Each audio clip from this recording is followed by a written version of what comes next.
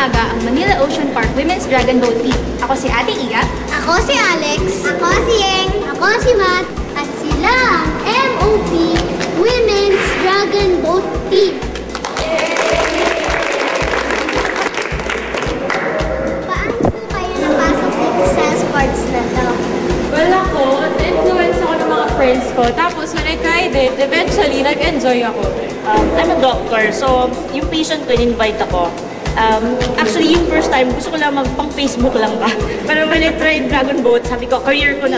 Certain health kailangan fit. Kailangan fit. Before you go rowing, dapat fit ka. Hindi pwede yung mga may sakit sa puso. O may high blood dahil... Pero actually, meron kami ibang teammates na may hika. Asma siya, pero pag nag-row sila, para silang gumagaling kasi napapractice mo rin yung breathing dito. Fit at saka healthy lifestyle. Hindi umiiwas mag-smoke or hindi nag-smoke, maaga natutulog kasi maaga yung training. Tapos, yung okay yung kinakain, hindi mga masyadong oily. Team lang or Actually, pareho siya. Nung umpisa, parang, for fun, casual rowing. Pero kasi, when you get into it, parang gusto mong manalo ka eh. And parang, syempre, parang nandun ka na, di ba? Why not give it your all and win, di ba? So parang sabay sila. You're having fun. It's also a game, but it's also a competition for all of us. Kinabahan po ba kayo nung first nag-compete? Pero ilang beses ka nang nag-race, talagang kakabahan ka. Tanungin natin yung pinaka-senior, kinakabahan ka pa rin ba? Yes.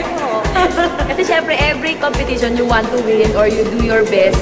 So syempre, nandun yung kaba mo kasi gusto mo i-exert lahat, todo-todo. Pero, obvious ako na po.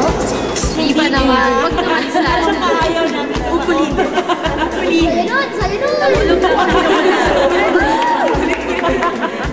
Marunong ka ba mag-swim? Importante. Para just in case na tumako. You know how to swim. Tsaka dapat kalmado ka palagi. Wala na.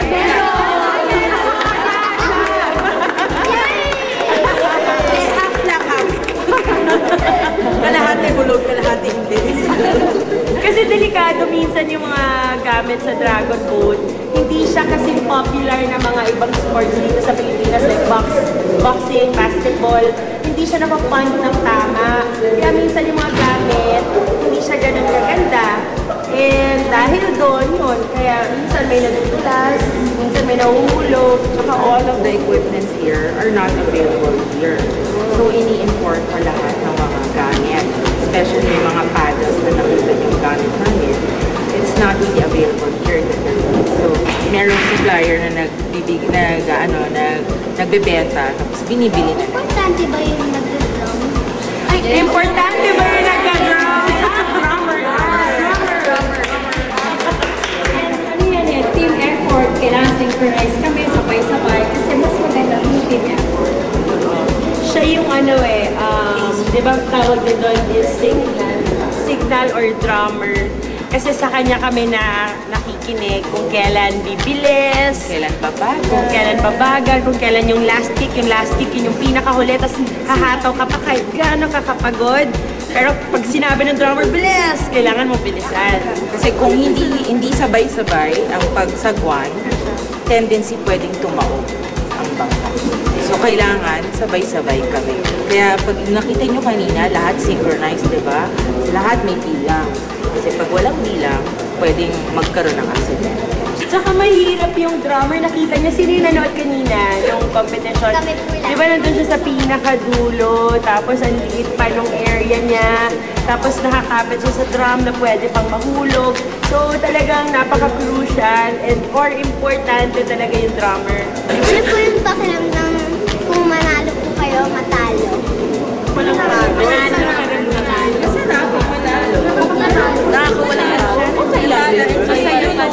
Tsaka magandang practice to sa amin, especially na marami yung women's team members namin. Dalawa yung yung women's team ng Manila Ocean Park. May A at saka may B. Kung may isang nanalo, masaya kami pareho. Pag may natalo, cheer up namin yung team na natalo. Parang ano yan eh, sa lungkot, sa ligaya, isang pamilya pa rin. Bang sports na to sa ibang kababayan. Para syempre may tabuin yung bandera ng mga babae. Yun naman yun. Hindi, tsaka it's not normal for girls to do something na ganito yung ganito classic sport na hindi pa nga siya kilala na sa men's and girls.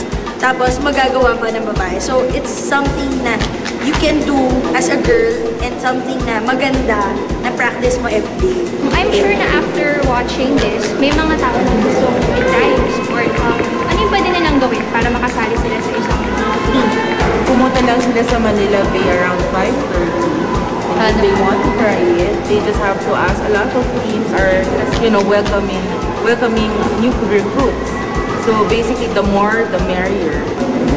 Meron pa, dapat maaga magising. Yan ang cardinal. Hindi ka maselan sa tubig ng dagat tubig. Tama ba? Ng Manila Bay. Manila Bay. Second, maaga kang magising. Dahil dapat 5:30 na dyan ka na sa Manila Bay. At talagang love mo ang tubig. At hindi ka takot sa malalim. Yun lang naman ang kailangan nila. Ayan, Kules, may natutunan naman tayong bago ngayong umaga kasama ang mga bidang totoo ng Manila Ocean Park. Ako si Ate Iya. Ako si Alex. Ako si Eng. At ako si Matt. Mga bidang totoo, makikilala niyo. Dito lang sa